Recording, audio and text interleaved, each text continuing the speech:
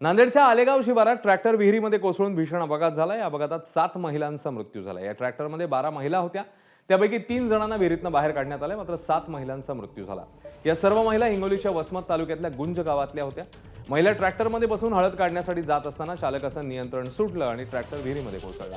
या प्रकरणी पंतप्रधान कार्यालयाने मृतांच्या नातेवाईकांना 2 लाख तर जखमींना 50,000ची मदत जाहीर केली आहे। 2 बाया 3 बायाला वाचविलं, डॉक्टर मदत केलं, मी तिथून पळत आलो, 3 बायाला काढलं। सुरुवातीला काय झालं? सुरुवातीला काही मी ओढी होतो, डॉक्टर आले डायरेक्ट मदत केलं, डायरेक्ट हिरीमध्ये। मग 2 बाया आणि 1 गडी तिघाला काढलं पाहिजे। अंदाजित किती लोक होते ट्रॅक्टरमध्ये? ट्रॅक्टरमध्ये संपूर्ण म्हणजे बाया सगळं म्हणजे 10, 11, 12 जण होते। ओके। आता आणि तुम्ही किती कसं काढलं बाहेर? धांदीने। दरम्यान ट्रॅक्टर अपघातात बचावलेल्या पार्वती बुरड यांनी संपूर्ण अपघाताचा थरार सांगितलाय। त्यांच्याशी संवाद साधला आमचे प्रतिनिधी माधव दिपके यांनी। पाहूया। तुमचं नाव काय आणि अपघात झाला होता, तुम्ही कशासाठी जात होतात? माझं नाव पार्वती रामा बुरड। आम्ही शेतात जात होतो काम करायला। बरं। 10 जणी बाया होत्या अच्छा आणि ड्रायव्हरला काही सुधारलंच नाही। अच्छा त्याने इकडे जायचं ते रस्ता विहिरीतच गेल्या। मग सर्वजणी आम्ही सगळे विहिरीतच पडले होते। बरं। सोबत किती जण होते? काही लहान मुलं होते का तुमच्यासोबत ट्रॅक्टर? लहान लेकरं नव्हते, आम्ही बायाच होतो। बरं। शेतात जाऊ लागलो। अच्छा। पडल्याच्या नंतर काय सिच्युएशन होती? धावाधाव कशी होती? धावाधाव सगळे, आमच्याजवळ कोणी नव्हतं, आम्ही पडतो शेतात जाऊ लागलो सकाळी 7 वाजता बरं। भुईमुग निंदायसाठी। अच्छा। हं। बरं।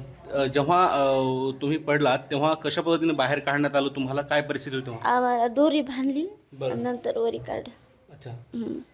तुमच्या सोबत कोण कोण होत्या तुमच्या मैत्रिणी? काही नावं सांगता येतील का? मैत्रिणी बकजणी होता होत्या। हं. अच्छा। म्हणजे नेहमीप्रमाणे तुम्ही डबे वगैरे घेऊन कामाला जात होता? हं, रोट्या बांधून दररोज शेताला जातो तसं आपण। तर हे त्या अपघातातील जखमी महिला आहेत। कामानिमित्त त्या शेतामध्ये जात असताना हा अपघात झाल्याचं त्यांनी सांगितलेलं आहे। संपूर्ण त्यांनी घटनाक्रम ABP माझाशी बोलताना एक्सक्लुझिव्हपणे सांगितलं आहे। माधव दिपके, ABP माझ, हिंगोली। तर मृतांच्या कुटुंबियांना मुख्यमंत्री सहायता निधीमधून 5 लाख रुपयांची मदत दिली जाईल अशी घोषणा मुख्यमंत्री फडणवीसांनी केली। पाहूया। नांदेडच्या आसेगावमध्ये जी घटना घडली ती अतिशय दुर्दैवी आहे।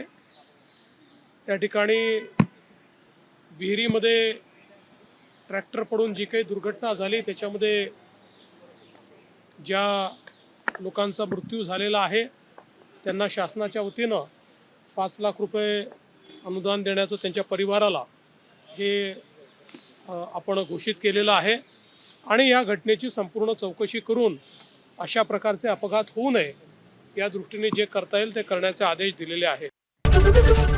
ABP माझा, उघडा डोळे बघा नीट।